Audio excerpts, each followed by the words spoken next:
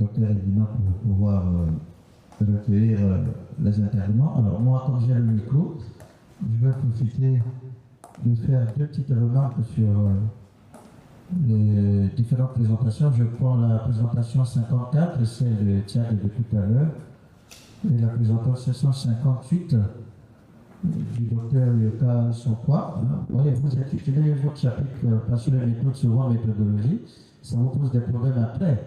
Parce que la sélection, l'exclusion, etc., ce sont des paramètres que vous ne devez pas ressortir dans le chapitre résultats. C'est pour ça qu'on vous propose toujours dans la partie patient méthode de faire ce qu'on appelle un diagramme de flux qui vous permet de dire on est parti sur 30 patients en fonction de tel critère. On en a éliminé tant et voilà, donc notre étude va porter sur 30 patients. Et c'est ce genre de patients que nous allons découvrir dans les résultats. Mais si vous faites votre première diapositive des résultats comme celle des patients et méthodes, ça pose des problèmes après parce qu'on découvre que finalement l'étude va porter sur 30 patients alors que vous aurez pu le faire en amont. D'où la notion du diagramme de flux comme vous avez présenté, c'est votre première diapositive des résultats. Ça, c'est la première remarque. Alors la seconde, ça va être pour la communication 56 du docteur Etoudi. La repolarisation du sujet noir, faisant très attention. Vous voyez, si je vous demande si vous avez déjà fait votre électrocardiogramme, vous voyez que vous aurez aussi des ondes négatives qu'on voit le plus souvent sur des sujets de race noire, ce qu'on appelle la repolarisation du seuil de race noire. Attention à lui donner un caractère pathologique. C'est pour ça que quand vous avez des cas comme ça, moi je conseille toujours de prendre deux groupes de patients, des sujets non sportifs et des sujets sportifs, et vous allez déjà apprécier les anomalies de repolarisation selon qu'on est sportif ou non, et à partir de là, vous focalisez sur ce qui est proprement attrait au sujet sportif de haut niveau. Mais les ondes négatives, en général, il ne faut pas trop s'en inquiéter, parce que si, tel qu'on est là, on fait tous des électrocardiogrammes, je suis surpris qu'on pourra avoir à peu près 30 à 40% des nôtres qui vont avoir des T négatives, et pourtant, qui ne sont pas forcément pathologiques, et qui sont beaucoup plus fréquentes que dans la race noire. Voilà les deux petits commentaires que je voulais faire. Et sur ce, je vais passer le micro à mon collègue pour qu'il prenne quelques questions. On va peut-être prendre 2 ou 3 questions si on veut oui, merci professeur de nous passer la parole une fois de plus. Nous allons recueillir les questions du congressiste.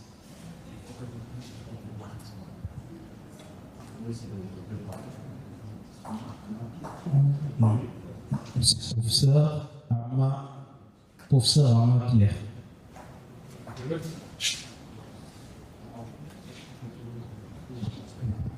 Je vais seulement apporter quelques petites précisions. Parce que quand on dit par exemple qu'on a des complications avec le vélo, en phase active ou en phase de récupération, quand on progresse sur le vélo, c'est une activité où l'engin vous porte.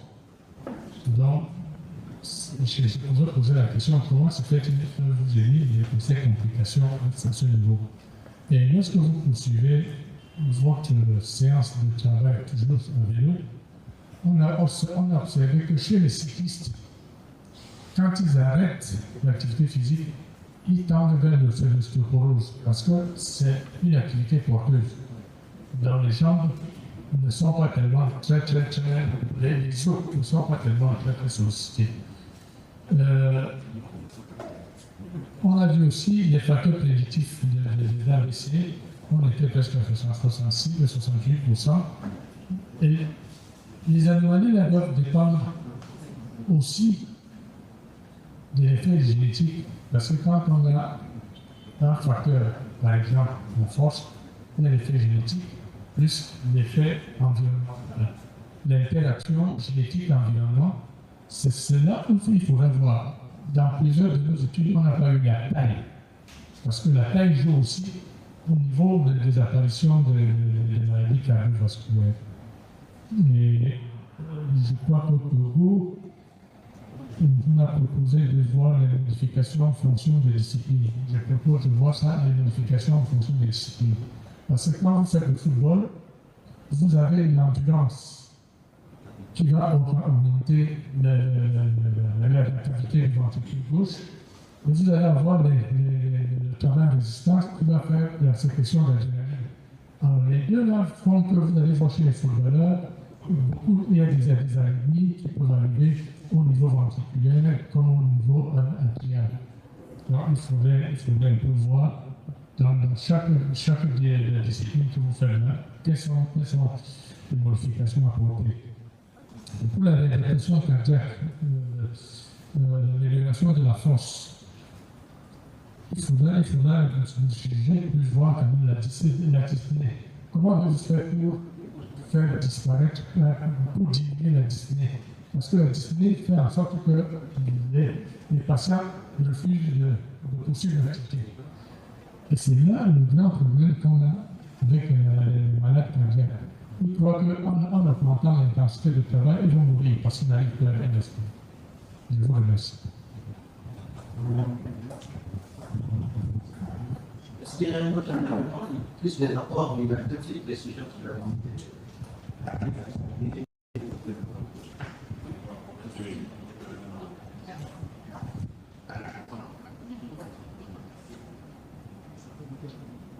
Docteur Charlie.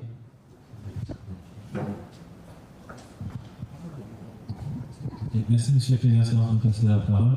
Donc, la dyspnée est reculée parce qu'on a un programme de réadaptation. Déjà, à l'évaluation initiale, on revoit le traitement du patient. Il y a des gens qui sont venus avec les 200 millions de diurétiques qu'on augmente jusqu'à 500. On optimise avec le traitement digitalo-diurétique qui marche très bien également en ajoutant la diurétine. Donc, ça permet avec l'éducation thérapeutique et le renforcement, l'optimisation thérapeutique d'améliorer son profil clinique. Et on commence pas directement avec des intensités élevées. Des fois, quand le patient est très grabataire, très dyspné, on commence d'abord sur 3-4 séances de renforcement musculaire. C'est des gars qui font un an sans faire une activité physique, qui savent que pour aller acheter le pain, ils sont essoufflés. Donc, on commence par renforcer les membres supérieurs et inférieurs. Après 3 séances, on les met sur le vélo. Je crois que la capacité fonctionnelle sur le vélo, comme on le dit plus maintenant le vélo que le tapis, parce que pour se modifier, après le palier 1, dès qu'on passe au palier 2, ils sont essoufflés. Et ça casse le moral et beaucoup de patients sont dans le palier 2. Certains progressent au palier 4 et certains après 1 an au palier 5. Donc, et ça laisse quand même. Et c'est pour ça qu'on alterne aussi vélo, tapis. Et on commence toujours par le vélo parce que le poids est sur le vélo. Il pédale à 10-15 km/h, résistance 2, ça fait 25-30 watts. Ils voient que je peux faire sur 1 heure et on les stoppe également parce qu'ils ont peur, comme vous avez dit. Donc, première séance, les infirmières mettent un stop qui permet de voir que le cœur bat, il n'y a pas trop de durée. Ça le met en conscience. Deuxième séance, on enlève le stop et il fait ses 3 premières séances sur le vélo sur 1 heure. Il est en confiance et ça améliore et ça permet de développer les mitochondries qui est la réserve énergétique qui améliore sa capacité fonctionnelle. Et enfin, certains pourraient faire 10 séances sur son top, d'autres ont besoin de 20 ou 30 séances.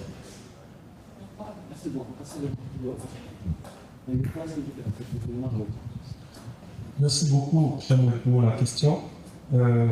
Effectivement, on avait pensé à faire, en fonction du type de sport, comparer les modifications électriques.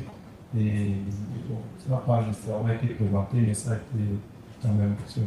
Donc, effectivement, on a... Merci beaucoup.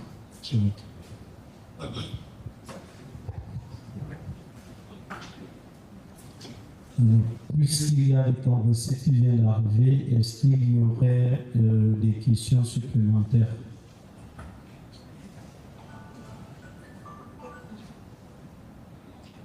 Ou des apports, bien sûr. Questions et apports.